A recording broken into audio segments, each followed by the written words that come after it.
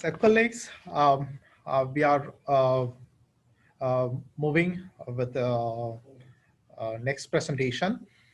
Next presentation is going to be on molecular breeding and genomics for developing disease resistance and climate resilience in plants by Prof.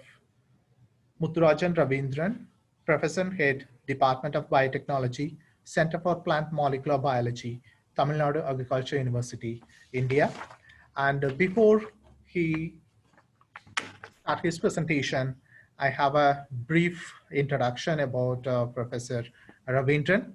And Muthurajan Ravindran is a professor at the Department of Plant Biotechnology, Tamil Nadu Agriculture University, Coimbatore, India.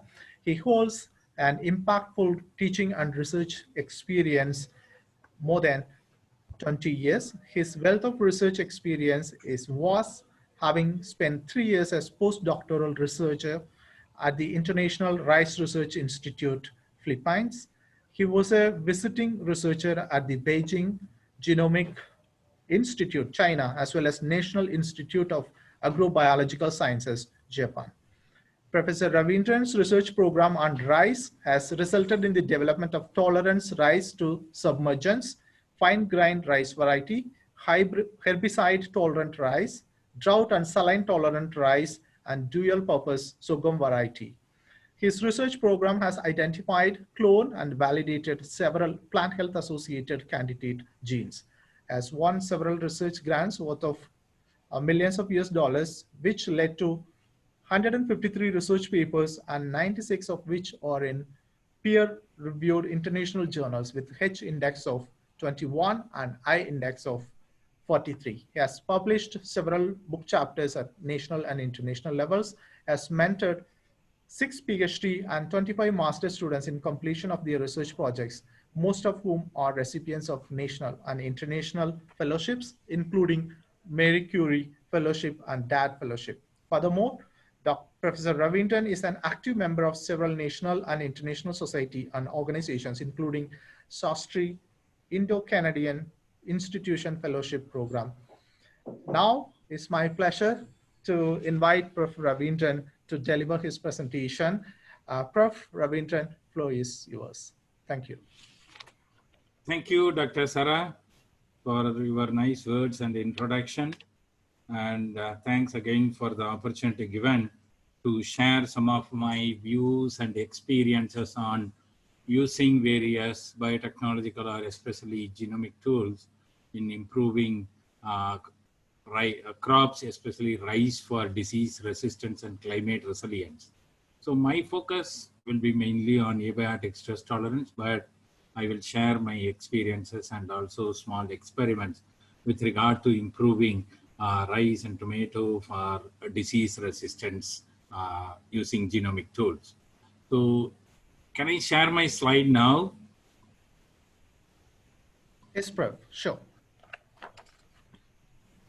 Yeah.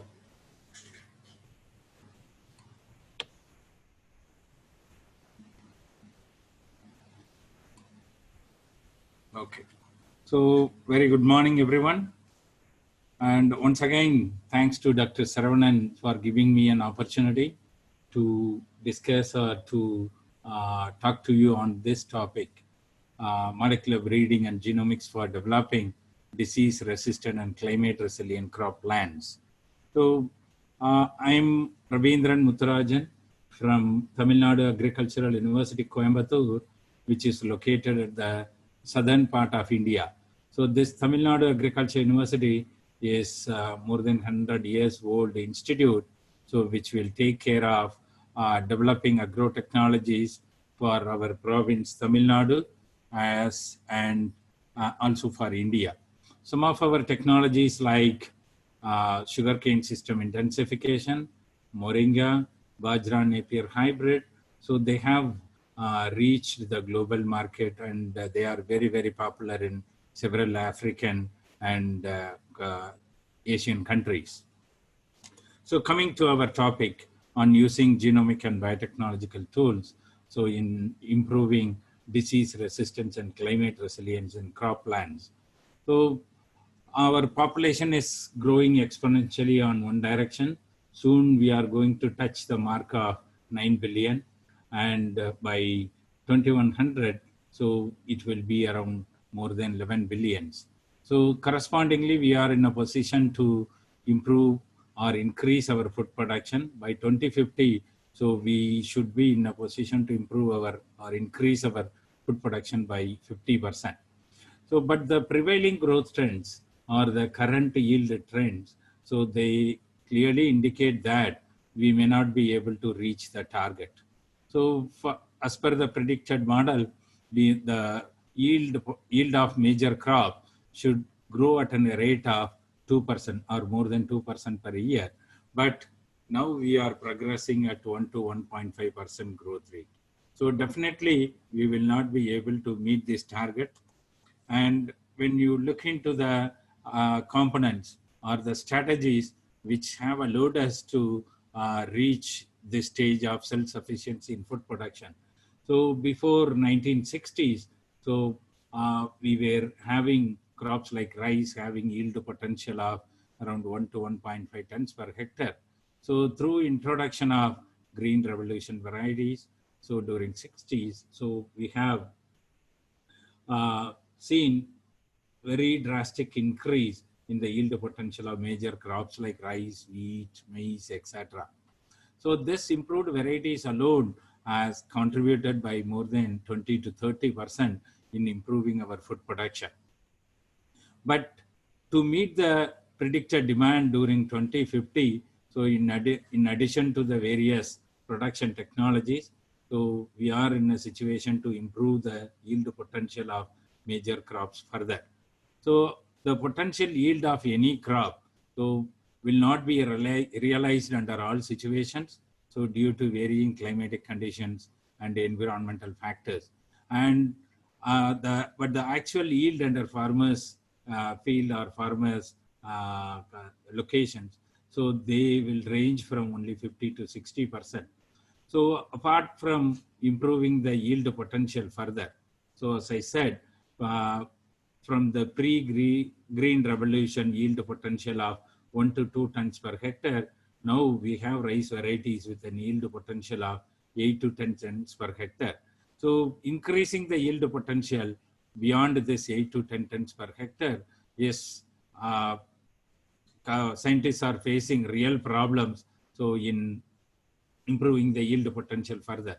So in addition to looking strategies or ways for improving the yield potential, so the reducing yield gap between the potential yield and the actual yield under farmer's condition. So this 40 to 50%. So this holds a great promise in improving our food production. So if we are able to reduce the gap between potential yield and the actual yield, so then we will be able to move faster or move a little bit at a rapid rate to reach our target. So when we look into the hurdles or the problems which limits us from reaching the target, so apart from several abiotic stresses, the biotic stresses like weeds, pests and diseases, so they limit the crop production to the significant level. So among these three biotic stresses, the contribution of diseases to the yield loss in major crops is quite significant. So it ranges from 20 to 40%, but in major crops you see, so wheat, rice, maize, potato and soybean, it ranges from 8 to 40%, especially in rice and wheat, it's averaging around 20 to 25%. So during the past and also under current situation, several diseases, so they have caused severe losses to food production or severe losses to the yield potential. So during 1840s itself, late blight of potato, then coffee rust, then Fusarium wilt in banana, then Helminthosporium leaf spot in rice, then bacterial leaf blight and blast again in rice, then cocoa witch broom, then evolution of the new race of Fusarium wilt, tropical race 4 in banana again, then wheat rust, then papaya ring spot virus, then soybean rust. So these diseases, so they caused severe losses to the major crops. So during certain point of time, even now, so several crops like maize, then soybean, wheat, rice, and again wheat. They have each America has severe problems due to stalk rot in maize, and South America, so they have severe problem of soybean rust. Africa, they have Eastern Africa, they have severe problem. They are facing severe problem due to wheat rust, and India, we have severe problem with rice blast and VLB, and China, they have severe problem in wheat due to major wheat head blight. So they cause to the yield loss of around 20 to 30% every year. So when we look into the methods of disease management, how these diseases are brought under control to increase the yield or increase the productivity. So there are 4 different methods: chemical, agronomic, biological, and genetic improvement. That is development of resistant varieties, disease resistant varieties. So when comparing all these methods, all these 4 different methods, so this agronomic practices and biological control, so we need to agronomic control, they will have some prophylactic measure, or they will help us in terms of prophylactic measure. But once the disease comes, they are not useful. So only chemical management and the biological control. But biological control, so the availability is very limited, only for few diseases. So we have very successful biological control agent. But chemical management is a widely practiced one. So, but there are few problems. So directly or indirectly, they are harmful to the environment. And then, so they are not highly specific to the particular disease alone. So they can harm other organisms in the particular environment. And thirdly, so the pathogenic microorganisms, either bacteria or fungi or the virus, so they will develop resistance against a particular chemical in due course of time. So how how the bollworm in cotton developed a resistance against several pesticides, as well as now you can hear about the lepidopterans, that is bollworm in cotton, so developing resistance against the crytoxins itself. So the exploration should be a continuous process to develop or identify novel chemicals or identify new biocontrol agents against particular pest or disease. So on the other hand, the genetic improvement or the cultivation of disease-resistant varieties, it holds a great promise. So in management of diseases. So this has been well demonstrated in crops like tomato, banana, papaya, rice, etc., where you can see the contrasting difference between the susceptible and the tolerant varieties. So one variety will fail completely, other one, the tolerant one, will sustain. So this tolerance or the resistant genotype, they have a great promise in managing or in sustaining yield under diseased conditions or against these diseases. So the advantages like decreased yield loss due to the disease, cultivation of these resistant genotypes. So you will have minimum yield loss, then improved market value of resistant varieties. So the quality of the food or quality of the fruit or vegetable or the grain. So suppose, for example, in rice, grain mold or the blast, they will, it will make the grain so unappealing to the merchants or the consumers. Likewise in fruits like tomato or papaya, etc. So the disease infected ones, so they will not have attractive look. So definitely it will reduce the marketability and the pricing of the particular produce. So this cultivation of disease resistant varieties, so they increase the market value of the product from the resistant varieties. In turn, they will help the farmers to get additional income or increased income. And again, cultivation of these resistant varieties, so they will lead to reduced application of pesticide, thereby, so the environmental hazard is reduced, compatible with organic farming practices, etc. But there are few limitations with the development of resistant varieties through conventional breeding. So this resistant genotypes are the resistant donors. So when you look into the literature or the what you call disease-resistant donor. So mostly they are of wild genotypes or the distant relatives of the particular crop. So bringing this resistant trait from their wild relatives or from what you call wild species, so it's a difficult task. So sometimes, so they will not have the compatibility, or they cannot mate, or they cannot undergo fertilization. So this transfer of resistance trait from one donor to the recipient parent, so this is possible when they are able to mate with each other. So otherwise, you cannot bring in this trait into the recipient parent. So again, even when you are going to have huge number of huge amount of genetic variation for the huge number of germplasm, but the genetic variation for the particular trait is very, very important.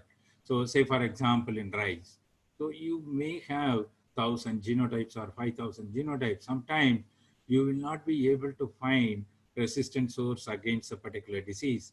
Best example is false smut in rice. So you cannot, you will not be able to find any consistent resistant donor. Another example is, so I will tell you, so the bollworm in cotton. So you don't have any resistant genotype at all. That's why we went for transgenic technology. So the availability of genetic variation is very, very important, or it's necessary. And the third one, linkage drag. So even when you are going to have the resistance trait in the related germplasm, so then the resistance trait will always associated or linked with other undesirable traits. So when you transfer this resistance trait from the donor into recipient parent, it will also carry some of the undesirable traits. So the linkage drag is a major problem. Then crossing, screening, and selection, so they are labor intensive and time consuming. And finally, so it will take many years to develop a disease resistant varieties. So this necessitates so the availability or adoption of so innovative tools which will help you to overcome all the limitations and also to identify the resistant genes. So as I said, so out of several thousand genotype, some of the genotype, only few genotype, they will have resistance reaction, and other genotypes will become susceptible. So in this situation, it's very, very essential to identify the resistant genes in the donor so that you can precisely go for manipulating this trait. So you need to have thorough understanding on the host pathogen interaction, as well as the mechanism of disease resistance in crop or in the donor. So this will allow you to identify the gene and the manipulation of this gene. And these challenges, so they warrant or they necessitate the adoption of new technology like genomics or genome editing or transgenics, etc. So as I said, the thorough understanding of resistance mechanism is highly necessary for genetic manipulation of disease resistance or evolution or development of disease resistant varieties. So when you talk about disease resistant, there are mainly two types. One is complete resistance or qualitative resistance. Another one is partial resistance or quantitative resistance. In the complete resistance or qualitative resistance, a single gene can cause or can lead to dramatic increase in the phenotype or in the resistance level. So they are encoded by single genes or oligogenes called R genes or resistant genes. So you would have heard about the terminology called R genes in plant or resistant genes in plant. So normally they encode for receptors in the host plant. So they are capable of interacting with the host, pathogen entering into the host. So these are all the frontline warriors in the host plant to fight against the disease. So in the recent pandemic, COVID-19 pandemic, you would have heard about the receptors in the host plant and which fight against or which can recognize the entry of the pathogen. So in some races or in some population, the receptors are very, very sensitive, and they are capable of interacting with the viral proteins. Likewise, here in disease resistance, so some of the receptors, so they recognize the arrival of the pathogen. In turn, they activate the downstream genes to fight against the pathogen. So these are gene mediated resistant. It's highly race specific or gene for gene resistant. And on the other side, partial resistant, so or quantitative resistant. Here, so each gene will have so very minimum effect, and but collection or assembly of several such minor genes will lead to so significant increase in the resistance level exhibited by the host plant. So there are two types of immunity in plants. One is this pathogen triggered immunity or PAM triggered immunity. Another one is effector triggered immunity. So this PAMs, PAMP, pathogen associated molecular patterns. So they are proteins which are produced by the disease or pathogen. So these pathogens, so they will have, they will enter inside the host system, and the arrival or entry of these PAMs will be recognized by the host, by the receptors called, so the pattern recognition receptor, PRR. So these pattern recognition receptors, they sense the arrival of these proteins from the pathogen, so PAMs, and they in turn, so activate the signaling cascade or transcriptional reprogramming, and finally leading to production of antimicrobial compound to fight against the diseases. So this is called as PAM triggered immunity or PRR triggered immunity. So there are several such receptor PRR, so the pattern recognition receptors in host plant. So mainly there are like RLK, so the receptor like kinases, or CLR, so C-type lectin receptors, and then NLR, nucleotide binding leucine-rich repeats, and then TLRs like toll-like receptors. So they are all frontline warriors, so are proteins in the plant to fight against the pathogen. On the other side, ETI, effector triggered immunity, so they are capable of so sensing or recognizing the virulent genes from the pathogen, and they once they detect or they perceive the signals of these AVR genes, so they activate the resistant genes present in the host system. Essentially, these two, the PTI and ETI, they are capable of activating so the MAP kinase activation or modulating the defense-related genes, production of antimicrobial compound, then production of changing in the hormonal levels and programmed cell death. So they finally these two, so they determine so whether to make the host plant susceptible or resistance against the particular disease, and how to manipulate it. So how to identify such receptors or resistant genes, and how to take it to the susceptible varieties or the popular varieties. So as I said, so we were able to improve our food production or the productivity of major crops by several fold after Green Revolution during 1960s. So those are all achieved through so deletion mutations, domestication. They are achieved through the process of domestication. Say for example, rice. Rice was first a spreading type plant.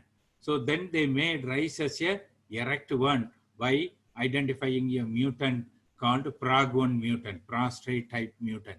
So then the erect plants were very tall. So then they went for identifying a loss of function mutant called semi-dwarf mutant. So similarly, in several other crops, so all the domestication processes were achieved through exploiting the loss of function mutant. But now we are planning to improve existing varieties for traits like disease resistant. So this genetic improvement, so this aims at identifying or discovering novel genes and then assembling in so recipient genotypes. So this requires definitely very modern sophisticated tool which will allow the breeders to identify the gene and then put this gene in desired genetic background, thereby you developing disease resistant genotype. So you have so several tools, like broadly they are classified into genomics and genetic engineering. Under genomics, you have tools for QTL mapping and molecular breeding. you have tools for association mapping, and then you have tools for gene identification through functional genomics. Under genetic engineering, you have two major technologies to develop overexpression mutants, which will overproduce a particular protein or defense-related protein, or otherwise knockout mutants. So these knockout mutants, they are aimed at developing plants which have the minimal expression of susceptibility related genes. So knocking out certain genes will allow the plant to become resistant.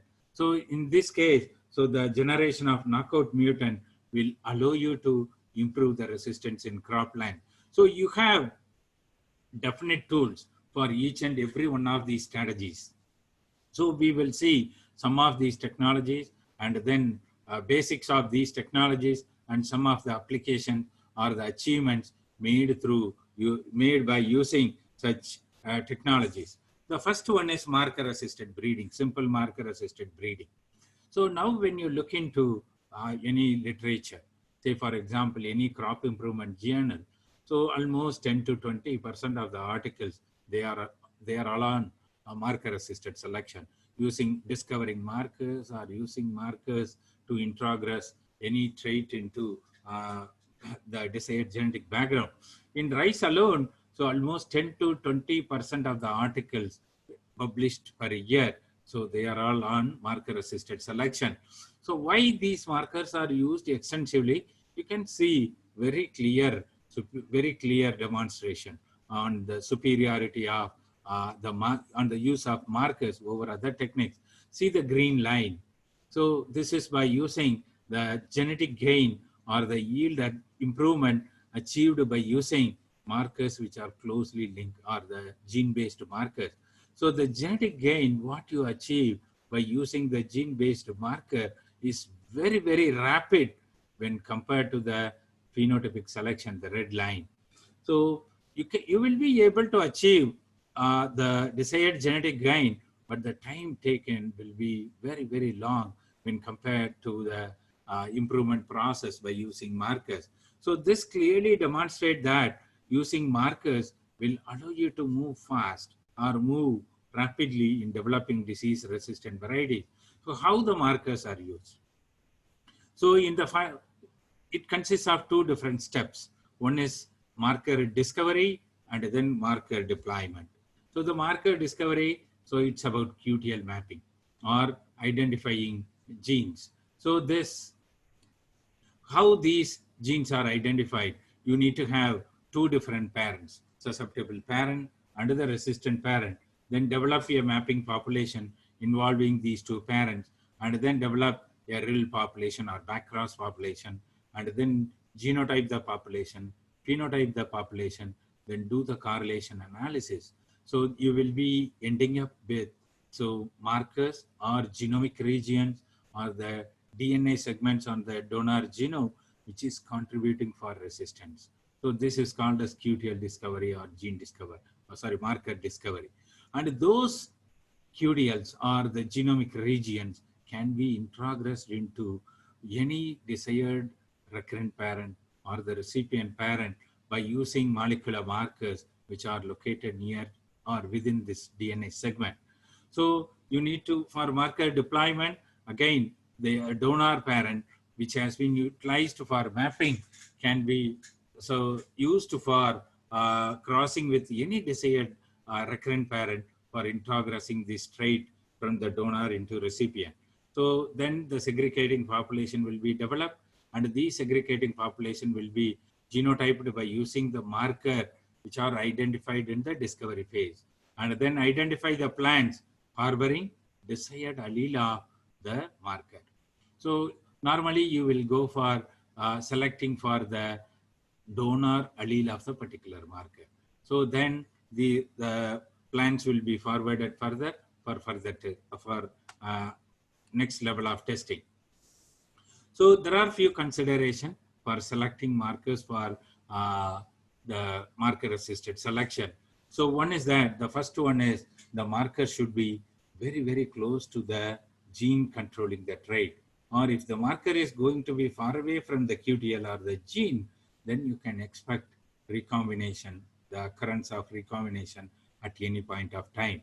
So this distance between the marker and the gene, resistant genes, is very crucial. And secondly, you need to select two marker on both the sides of the QTL or the gene. So that will help you to ensure that you have introgress the entire segment of the DNA. Thirdly, the marker what you select for marker assisted breeding should exhibit clear-cut polymorphism. This is recipient parent and this is the donor parent. So sorry, this is the both the donor and recipient, they are polymorphic, whereas here you can see there is a clear-cut polymorphism between the recipient parent and the donor parent. Now you can select for the donor allele with 100% accuracy.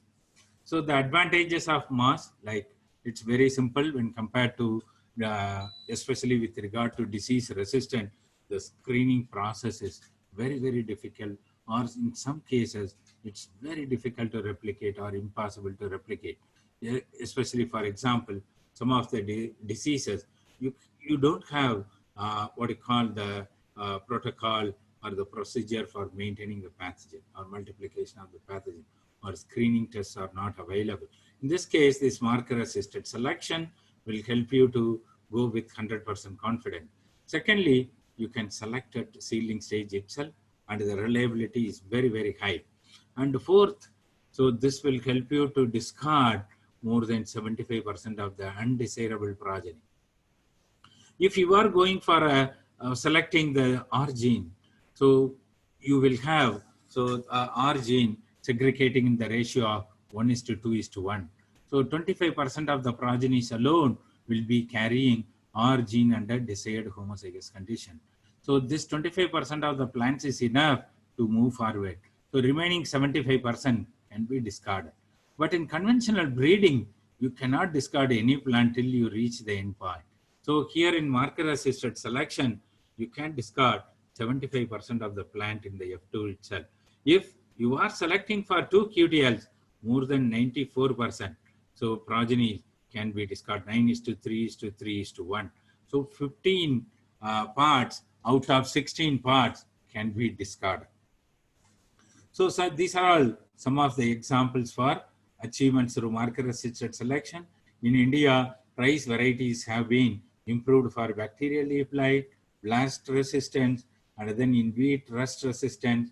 So improving pearl millet for downy meal resistance, in maize quality protein, enriching the maize kernels with lysine and tryptophan, and then the trypsin inhibitors in maize. So the soybean genotype, which are having very minimal level of the trypsin inhibitors have been developed, wilt resistant chickpea. So these are all some landmark achievement. So for using this marker assisted breeding technology. So some of the case studies like blast resistance in rice. Blast is one of the devastating diseases so affecting rice production throughout the world.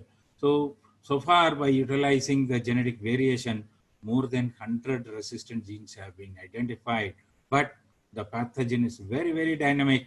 So it keep on changing its genome so that every R gene will become ineffective or it will fail after 2 to 3 years. So the pathogen is evolving rapidly and continuously. So you need to explore for newer genes continuously. So to these identified R genes can be introgressed into any susceptible genotype. Say for example, these three are the susceptible genotypes. So you can see the severity of symptom. This is the donor 1 carrying the PI9 gene, blast resistant gene. And when you see here the susceptible genotype, so this is susceptible check, and this was the susceptible genotype we took for improvement or we selected for improvement.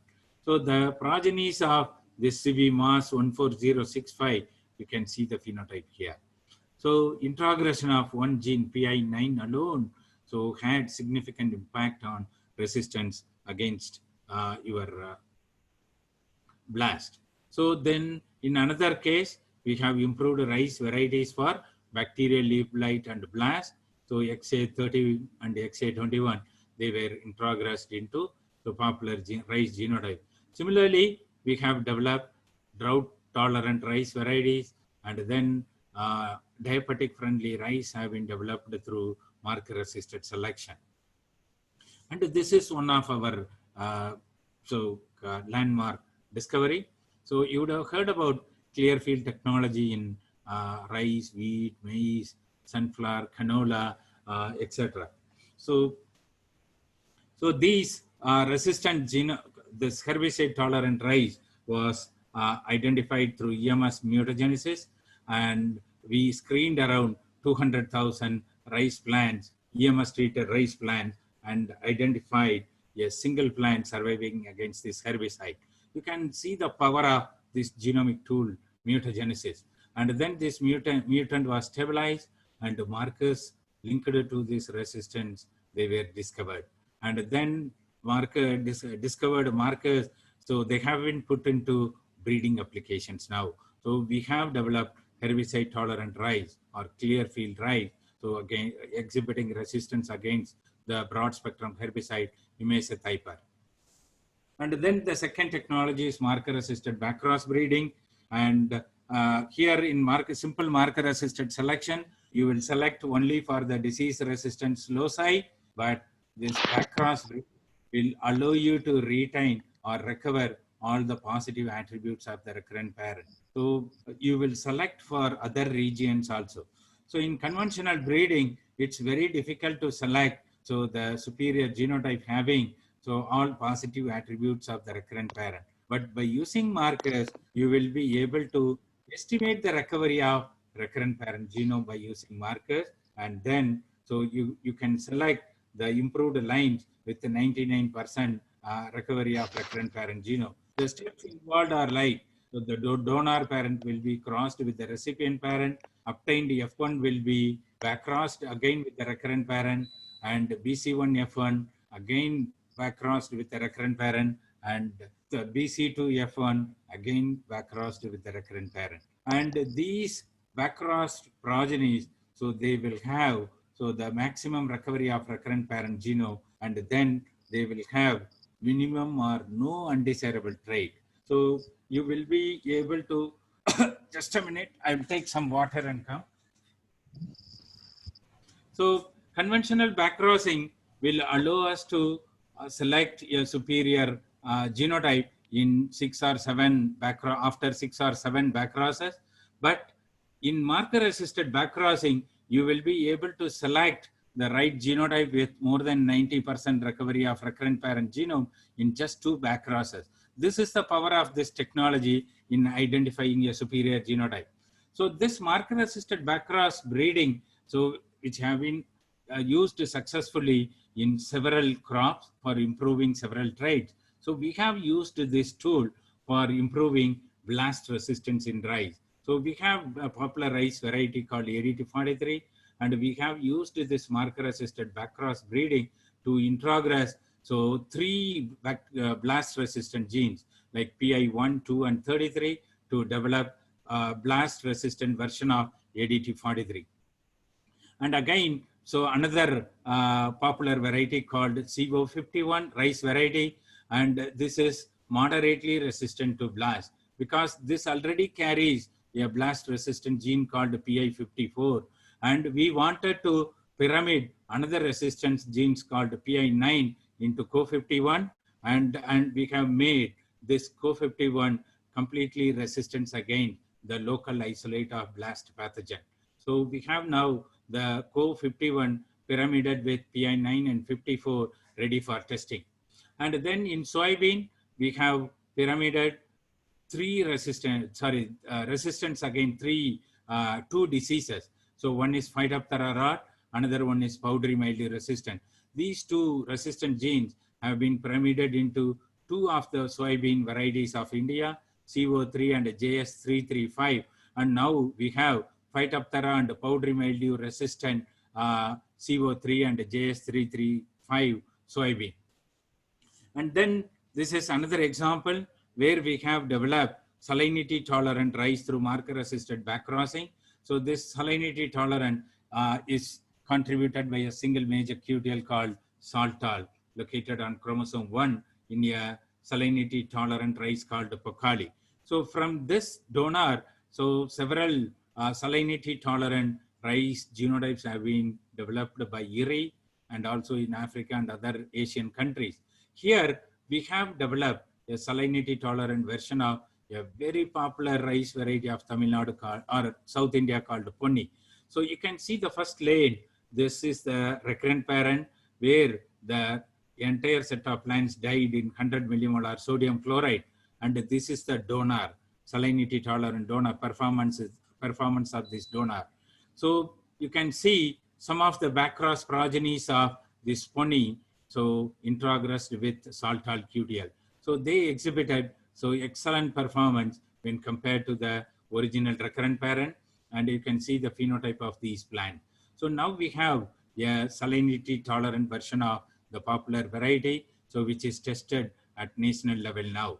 And then submergence tolerance in rice. Submergence, so you can see in several incidences that the flood or submergence can cause devastating losses to the crop production, especially rice. Rice is mostly grown in river belts or in the delta region. So where they are highly prone for flood or submergence. So once the flooding occurs, so the entire field will be submerged, and once the water receded or desubmerged, so you can see the stand of the crop. So it's completely large, because once inside the plant, they are inside the water, so the plants will try to come out. So they elongate their stem extensively. So once the water is desubmerged, so they will lodge completely. So you can see the crop stand after desubmergence. You will have more than 50% crop loss, or the loss in the crop stand. So this IRRI, International Rice Research Institute, so they have identified a major QTL called Sub1, and which has been introgressed into the genetic background of several rice varieties, and IRRI has developed submergent tolerant versions of popular rice varieties of Asia. So for each and every country, they have selected one variety. For India, they selected a variety called Swarna. For Bangladesh, they selected one variety, IR64, and another one Bangladesh variety. And for China, and for Vietnam, and for Philippines, they selected regional specific varieties.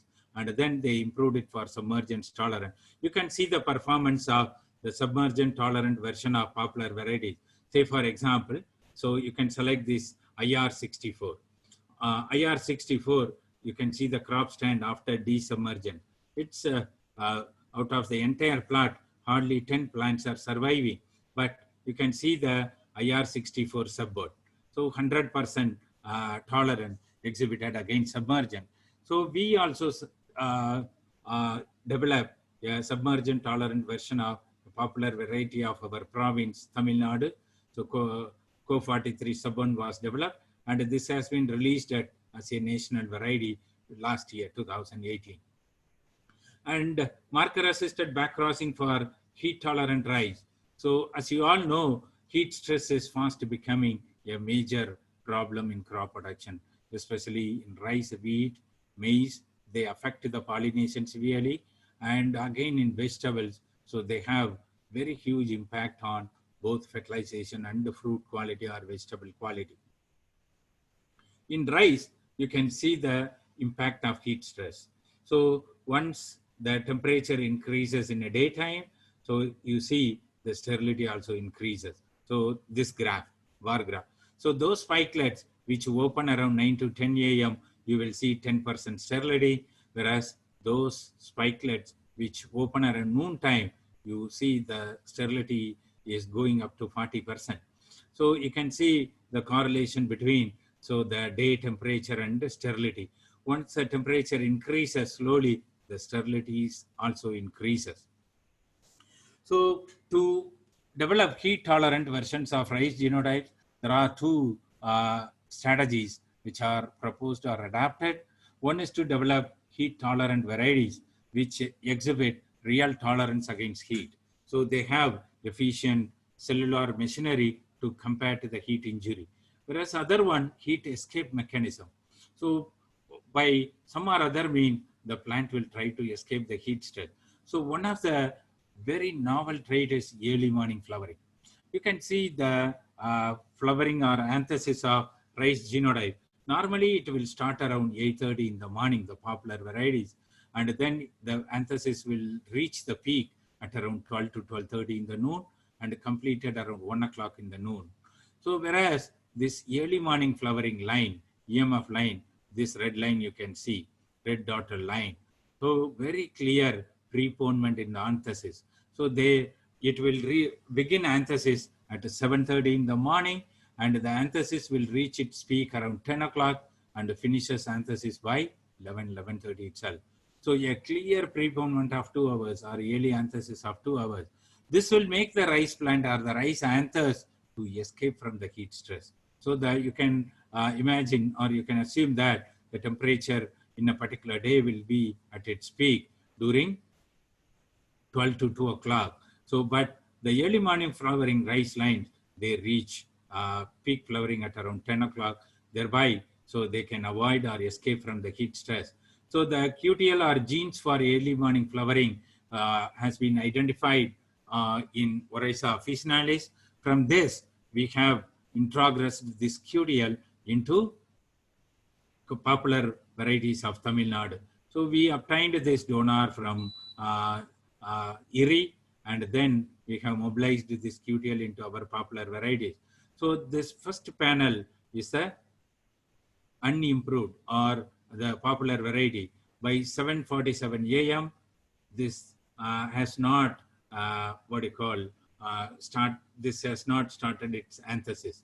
So the original variety started anthesis at around 9:30 a.m. Whereas this improved version, early morning flowering version, you can see this started anthesis by 7:47 and reached the peak of anthesis at around 9:30 a.m. itself. So you can see, so by 10 o'clock, this completed the anthesis. So you can see the effect of this trait, early morning flowering trait, on the spikelet sterility. So this is the original variety CO51. So 30% sterility. These are all the lines with introgressed with early morning flowering QTL. So it's ranging from 6 to 20%. A definite advantage of 10 to 15% is there.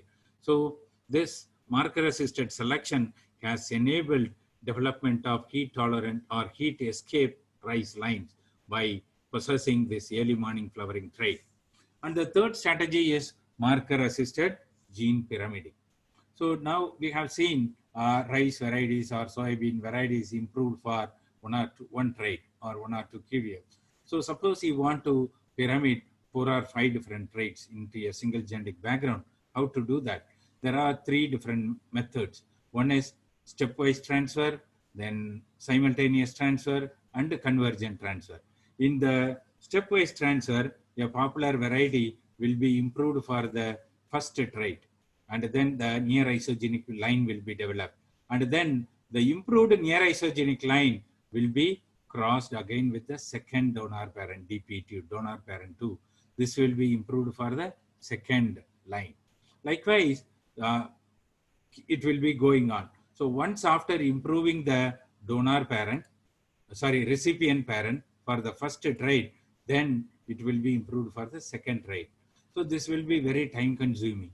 So to overcome this, the second method, simultaneous method of transfer was developed, wherein the recurrent parent, same recurrent parent will be crossed with 2 different donor parents. You will be getting 2 different F1s. And these two different F1 will be intermated to develop one single F1 having both the traits, and the intermated F1 will be back-crossed with the recurrent parent.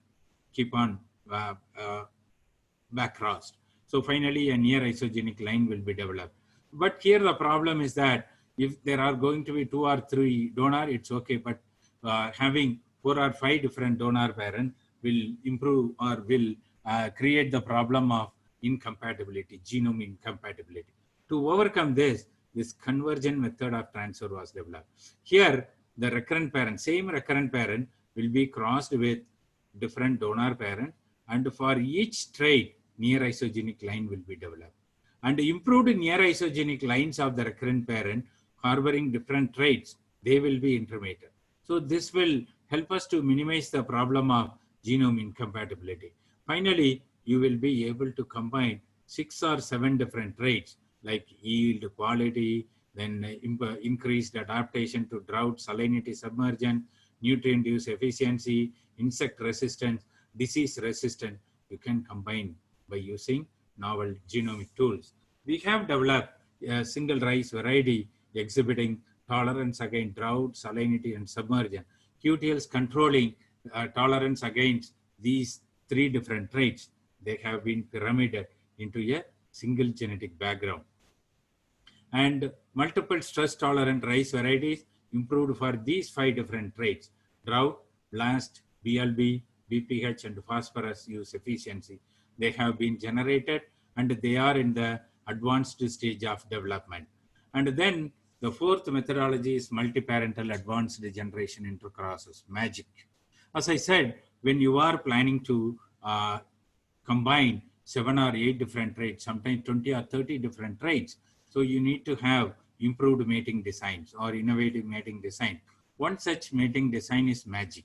So here you can cross. So it's very similar to your conversion method of pyramiding, but instead of using recurrent parent for each mating pair, so you will be crossing all the parents in one combination. Suppose you select 8 different parents. Parent 1 will be crossed with 2, 3 will be crossed with 4, 5 will be crossed with 6, and 7 will be crossed with 8. 4 different F1s will be produced. And these 4 different F1s will be intermated, and 2 different F1s will be produced. Finally, these 2 different F1s will be intermated to get a single F1 having segments from all 8 parents. So this is a combination of 8 different parents. And this single F1 will be self and then forwarded to further generations. So this, you will be able to get a recombinant with desirable characters of all the 8 different parents. Using this strategy, so crops like wheat, rice, maize, barley, sorghum, oat, so they have been improved for several traits. And the next methodology is genomic selection. So all those methods, what we have seen, they are very successful in case of annual crops like rice, wheat, tomato, and other annual crops. So what you will do in case of perennial crops and also in animals or in human being, where the development of mapping population is very difficult, there the strategy of genomic selection is very, very useful. There you will assign breeding value for each and every loci in the genome, and then you will be arriving at the breeding value of the entire genotype. So you will use 1000 markers distributed throughout the genome, assign breeding value for all 1000 loci. Some of the breeding value of all 1000 loci, you will get the breeding value of the genome. And then, so likewise, if you develop or select the population and the sum of the breeding value of all the progenies, so then you will be able to identify the superior progeny having the desirable allele of the different traits. So if you select for 50 different traits or 100 different traits or 1000 different loci can be selected at a time. This is the power of genomic selection. So this genomic selection, so this will have only genotypic selection till testing.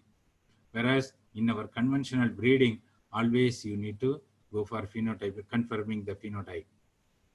Using genomic selection, so crops like wheat, barley, and then soybean, they have been improved for several traits.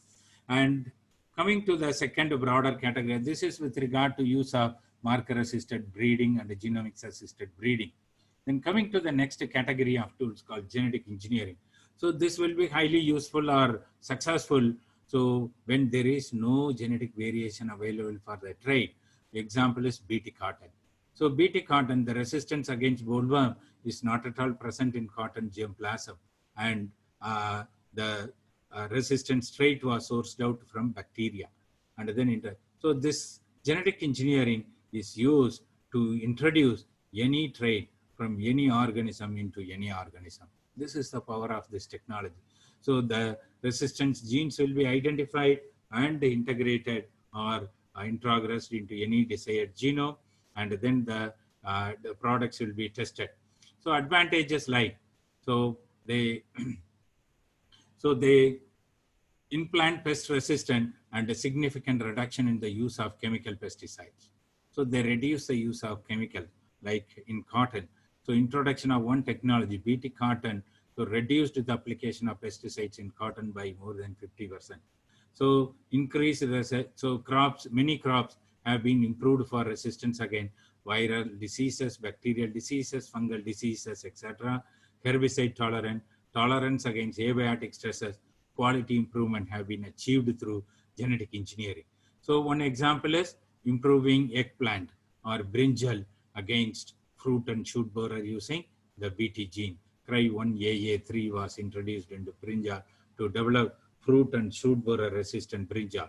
So we isolated a novel transcription factor, NAC67 from finger millet, and then introduced into rice to develop a drought and salinity tolerant rice genotype, which was having around 15 to 25% yield advantage over the non-transgenic plant.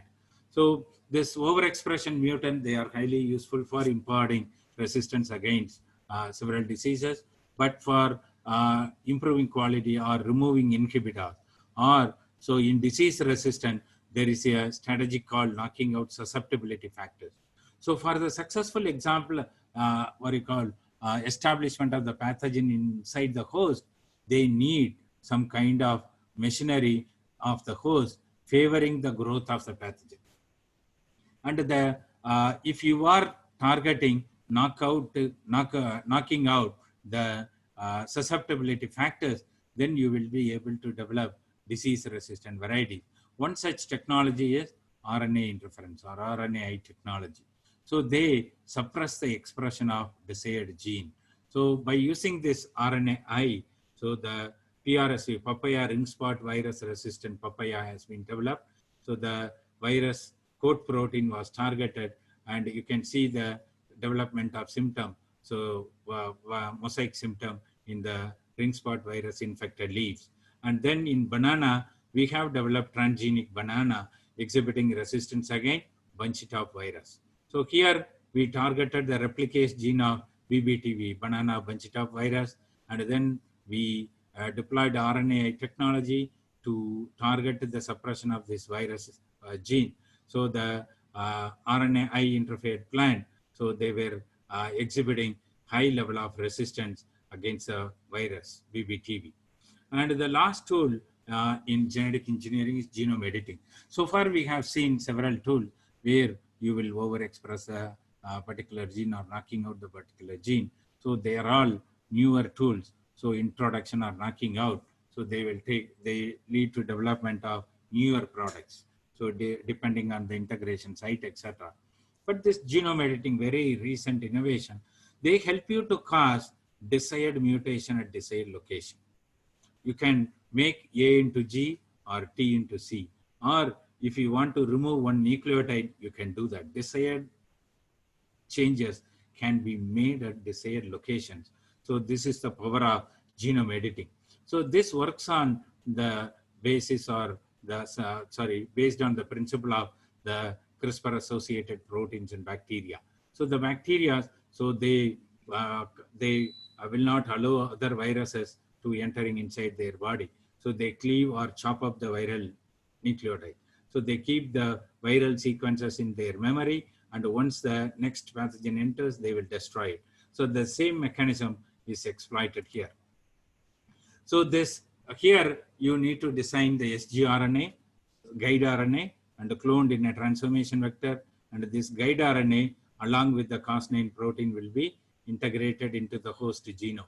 And once the sgRNA binds to the target sequence, and the Cas9 will cause a cleavage near the binding site. So then the cleaved site will try to repair itself by two different mechanisms, either by non-homologous end joining method or by homology dependent repair method.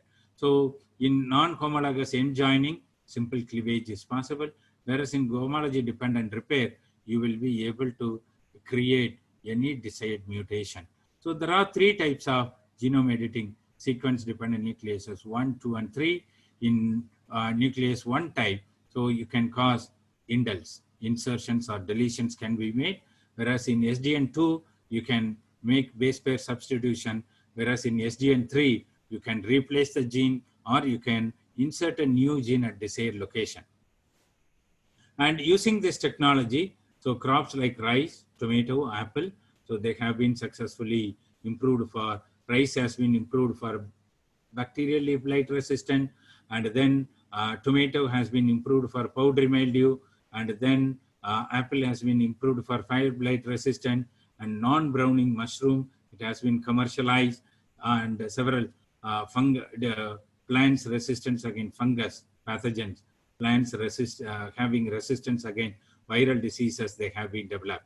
And we have used this technology to develop aromatic rice, rapid development of aromatic rice from a non-aromatic rice. So we have created desired mutations in the aroma gene called BADH, butane aldehyde dehydrogenase. You can see how many alleles we have generated. So in a single experiment, within 3 months, we have created 22 different alleles of this gene. And then, so we were able to demonstrate the association of this mutation with altered aroma profile. So you can see the non-transgenic aroma profile of non-transgenic, and these two are the aromatic genotypes developed through genome editing. And this is another example where they have targeted, so the sucrose transporters, they are the susceptibility genes, sweet 11, 13, and 14, to develop the bacterial leaf blight resistant rice varieties. So to conclude, so I want to emphasize you on the successful exploitation of the genetic variation available in the germplasm. So you need to understand the genetic variation available in the germplasm, and you need to select appropriate tool for the phenotypic characterization. Now you have very sophisticated phenomic tools. So imaging tools are available. So even for surveillance of disease occurrence you have, or for assessment of the damage caused by diseases, you have sophisticated imaging tools. So, and then you have sophisticated tools for accelerated discovery of resistant genes. You have tools for creating novel mutations. And a scientist should have thorough knowledge on all these aspects. And then you need to use the right combination of technologies, so in the right situation for accelerated development of desired genotype. But a single scientist cannot become a master in all, so we need a teamwork. So the teamwork of a breeder, a molecular biologist, a pathologist, or a agronomist, or an entomologist will permit us to reach our goal so successfully in a limited period of time. So this is the power of teamwork. So always interdisciplinary and multidisciplinary approaches are rewarding. So working in isolation will also allow you to reach the target, but it will take longer time. So thank you for your patient listening. And once again, I want to thank the organizers for the opportunity provided. And finally, I want to thank my funding agencies, my researchers, and my alma mater. So I'll be happy to answer any of your queries. Once again, I'm extremely sorry for the interruption caused by me in the middle for 1 or 2 minutes. It was a very, very urgent call and emergency call. I was not able to avoid it. Sorry again. Thank you very much.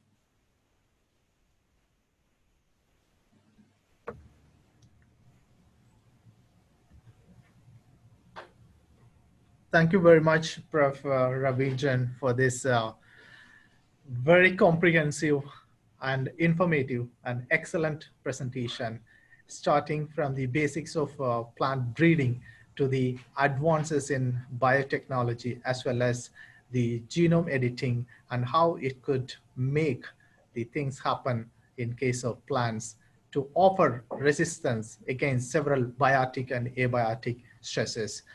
Now I invite participants to ask questions if at all they have anything to Prof. Ravindra.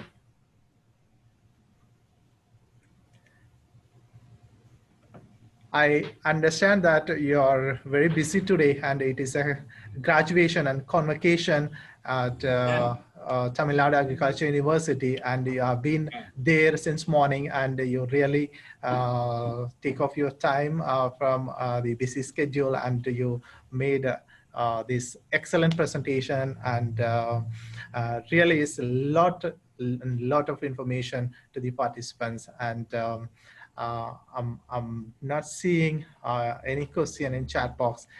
Participants, please feel free, and you can also raise your hand and you could ask the questions. And meanwhile, when they are ready or else thinking about the questions, just I have. So I see that you have done a lot of work on rice. And what could be the challenges in case of breeding and the developing or having that sort of variations with respect to vegetables? With respect to vegetables, right? Rice is one of the model organisms for genomic studies, which has been sequenced long back, and we are endowed with a large amount of genetic variation. The first advantage. Second one is that so you have n number of genomic tools to exploit the variation successfully. So with regard to vegetables, so upon the lessons learned from rice, wheat, and Arabidopsis and other model organisms, now we have started working on vegetables, and entire world, the vegetable researchers. So they have started working on, say for example, in tomato, so you have the multiple genome sequencing project. So 400 tomato genomes have been sequenced. So tomato, you can see, so very good progress equal to rice. So you can see excellent publication for use of genome editing, especially, for example, you can see an excellent paper on genome editing in domesticating wild tomato. So they have removed 7 or 8 undesirable traits, and they converted a wild type into a very high yielding, disease resistant and pest resistant cultivated tomato. So they have, there is a remarkable discovery. So it's picking up. I won't say like research attempts are limited or not available, but it's in the initial phase now. So, and another best example you can see like this banana Fusarium wilt resistance. So it has advanced so much, the research finding. So they are enormous. Even now they have cracked the genome TR4, and you can see a paper on developing the TR4 resistant banana through genetic engineering. Very recently, some 6 months before, Wageningen University and another, I think it's from Australia. So the Queensland University of Technology. So they have made a remarkable achievement in developing a TR4 resistant banana. So it's picking up. So very soon, so you will hear several stories like rice, what we hear in rice or what we see in rice. So if you see like there are 20 genes cloned or 30 genes cloned per year in rice mean, so now we are seeing hardly 1 or 2 genes cloned in vegetable, but very soon we will hear cloning of several novel genes in vegetables also. Thank you, Prof. And I understand that, as you said, it's a teamwork. And of course, the role of bioinformaticians is also very significant in this kind of genome editing and analysis of the genome data. So once again, I thank you very much. And participants, if they don't have any questions, and probably I know that you're busy, and if you can join with us after the end of the webinar. Yes. Yes, please. Meanwhile, audience, if they have any questions, so hope they have noted my email ID, ravindran@gmail.com. So they can write to me at any time. I'll be happy to clarify. Okay, thank you. Thank you very much, Prof. And participants, and I hope you enjoyed this presentation. Once again, thank you, Prof. Thank you. Thank you for the opportunity. Thank you. You're welcome.